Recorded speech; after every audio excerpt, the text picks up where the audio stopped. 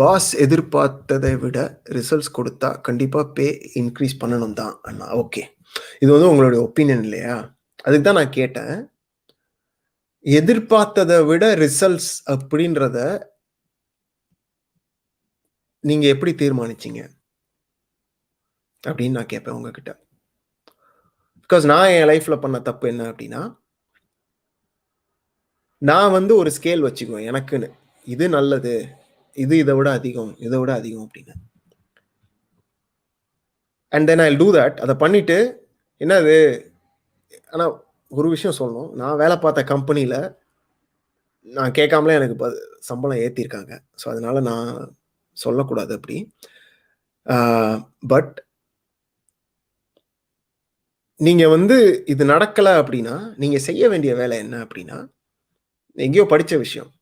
First நீங்க செய்ய வேண்டியது, உங்களுடைய சேலரி என்னன்னு நிர்ணயிக்கிறவங்க கிட்ட போயி, என்னுடைய சேலரி டபுள் ஆகணும் அப்படின்னா நான் என்ன செய்யணும்?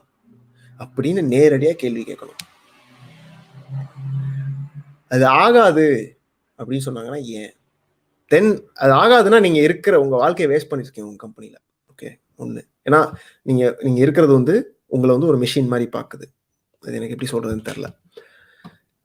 வழக்கமா ஸ்டார்ட் அப்ஸ் இல்ல ஸ்மால் சைஸ் கம்பெனில கண்டிப்பா இது எப்படின்னு அவங்களே சொல்லுவாங்க.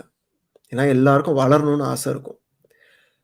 கம்பெனி வளர்றதுக்கு நீ உதவுனா நான் உனக்கு இது தரேன் அப்படின்னு சொல்லதான் செய்வாங்க.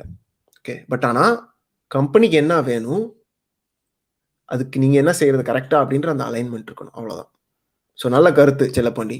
I like this conversation. இது வந்து வேலிடான விஷயம் தான். பட் ஆனால் கரெக்டாக புரிஞ்சுக்கணும்.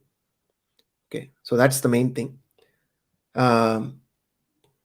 ஸோ எல்லாரும் வேலை பார்க்குறீங்க அப்படின்னா ஃபர்ஸ்ட் போய் இல்லை இன்டர்வியூலே வந்து இந்த மாதிரி கேள்வி கேட்கணும். இந்த மாதிரி கேள்வி கேட்டீங்கன்னா உங்களை வந்து தனியாக பார்ப்பாங்க. 10ஓட 11 பார்க்கவே மாட்டாங்க. உங்களை வந்து ஓகே இவனோ இவளோ வந்து டிஃப்ரெண்ட்டு, இட்ஸ் வெரி ஸ்மார்ட், புரியுது உங்களுக்கு, பிஸ்னஸ் புரியுது, இவங்க வந்து ஜஸ்ட் வந்து ஒரு ஒரு சோல்ஜர் மாதிரியோ இல்லை ஒரு மிஷின் மாதிரியோ இருக்க மாட்டாங்க அப்படின்றத அவங்களுக்கு தெரியப்படுத்துறீங்க. இதை பற்றின வேற கருத்துக்கள் இருந்தால் கண்டிப்பாக ஷேர் பண்ணுங்க.